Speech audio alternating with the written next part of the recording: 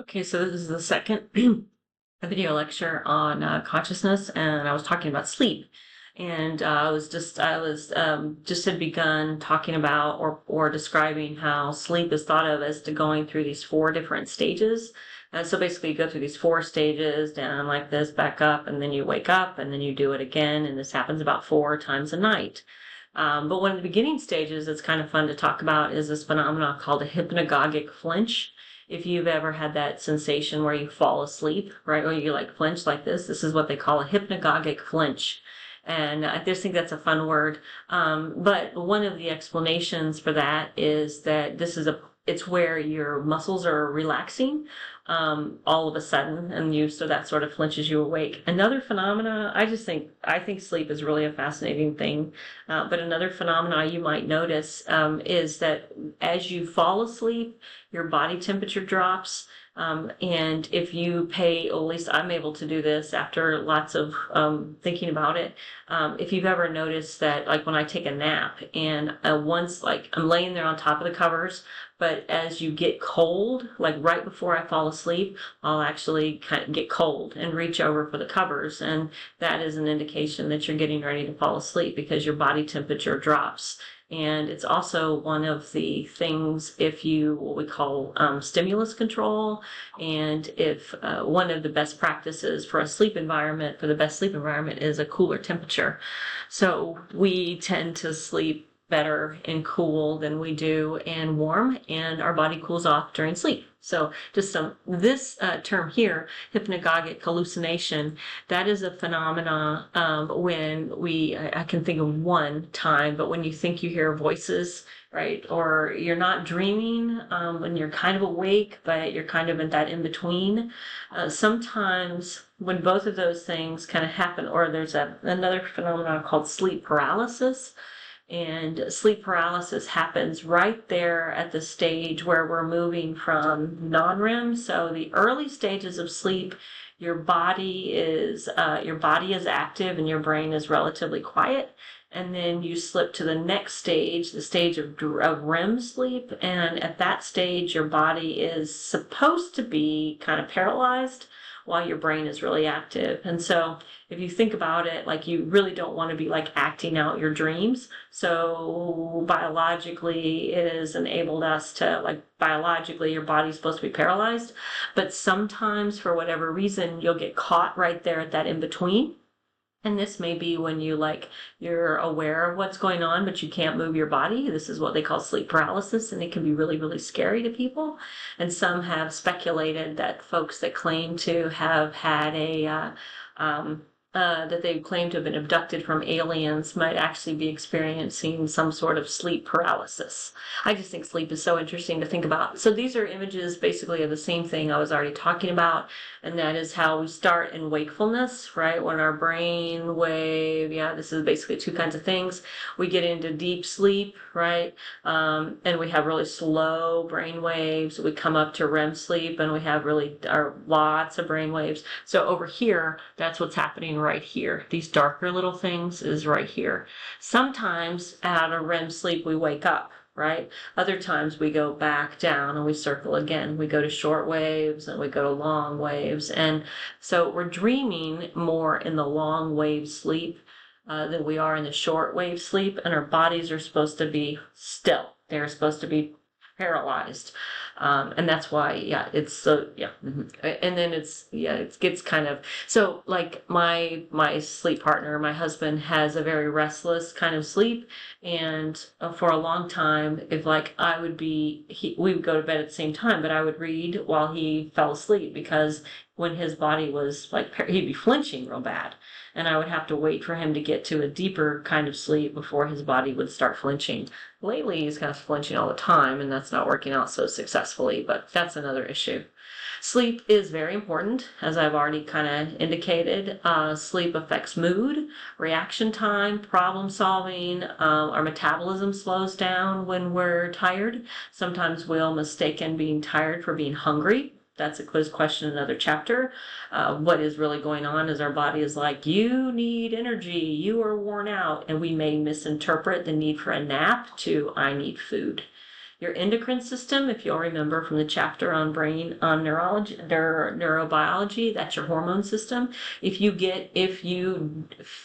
are chronically sleep deprived, it will mess up your hormones, right?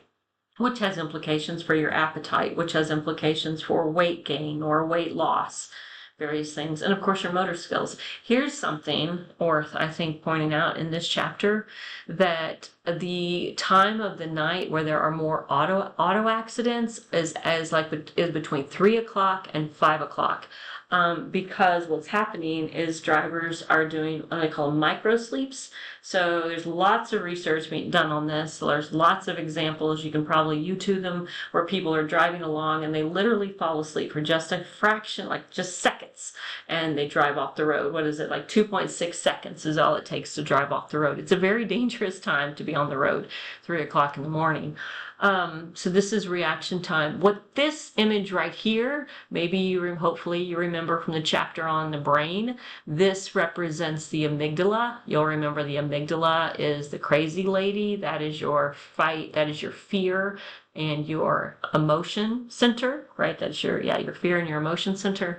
This one is somebody who has had satisfactory sleep.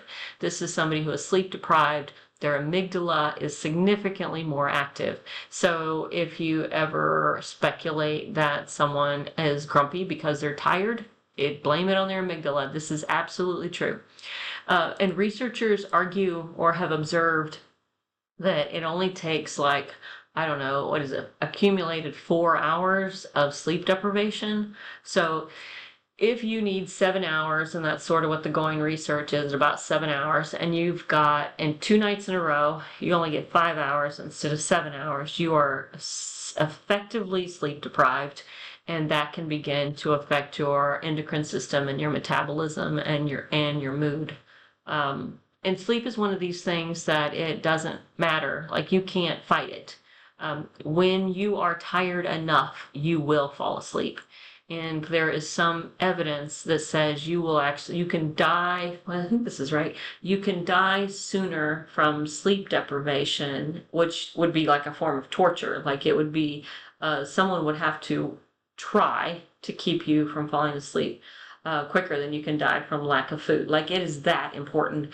And one of the theories here, that's the next slide right here. And one of the theories is amongst things like what we see down here, the restorative theory, which says the reason that we sleep is because it allows our cells to heal. So it has physiological, healing, restorative. But one relatively, since the last few years, theory is that there are toxins, the same way that when anything in our body uses up energy, there's some sort of waste, right? So the same way we have other waste in our system, there's actually toxins, waste that builds up in our synapses in our brain. And it is through sleep that we flush out all of those toxins. This is why if you've ever been like really, really tired, right? And you're 10 hours sleep deprived or something, and you get 2 hours, you feel better, but you're still not rested. You need more. And when we get really, really tired, we need a little nap isn't enough. We're just don't have, because if you think of it, that flushed out a little bit of the toxins, but it didn't flush out all of the toxins in my synapses. Some of the other evidence that suggests that the different stages of sleep do different things is that, that non-REM, that's the shortwave sleep, seems to be when we're restoring the body. So when you're physically sick or when you have an injury, you spend more time in non-wave sleep. The other is that REM sleep, that's the deep wave sleep, seems to be you spend more time at stages of child development, in brain development. And this makes me think of my aunt in dementia and how my cousin observed that right about the time that she would have a significant brain, she would lose more of her cognition, she would spend a lot of time sleeping as if the body is trying to heal that. Okay, so that's the restorative theory. I've already talked about this one up here, that sleeping is a biological imperative. It is not a luxury. It is an absolute necessity. It is not lazy to sleep. It is health maintenance. Sleep is important. There is no evidence that you can sleep too much. There is evidence, however, that if people who sleep more than, say, the 8 hours, which is considered healthy and typical, people who sleep chronically 10 hours, 12 hours, they tend to have other health problems. However, I can't find anything that indicates that it is the sleep that causes the health problems, but those two things tend to go together, right? More sleeping than necessary. The same way that adequate sleep goes with health and these kinds of things. Another theory, before I move on to the next slide, is a theory called adaptation theory. And this is a little bit more evolutionary psychology. And what this theory says is that the reason we sleep at night is because we can't see at night. And if you think evolutionarily, this was a time when it would have been dangerous. Since we can't see at night, it's best that we bunker down in our cave. It's best that we don't interact with the environment. So we sleep more in the winter because it takes an awful lot of calories for us to stay warm. We sleep, like in some cultures, they still take an afternoon nap in the late after, and 3 o'clock because it's really hot. So that theory simply says that the reason we sleep is because it's safer for us to sleep than it is to engage in the environment. Okay, I'm going to stop right here, and when I pick up, I will talk about sleep disorders.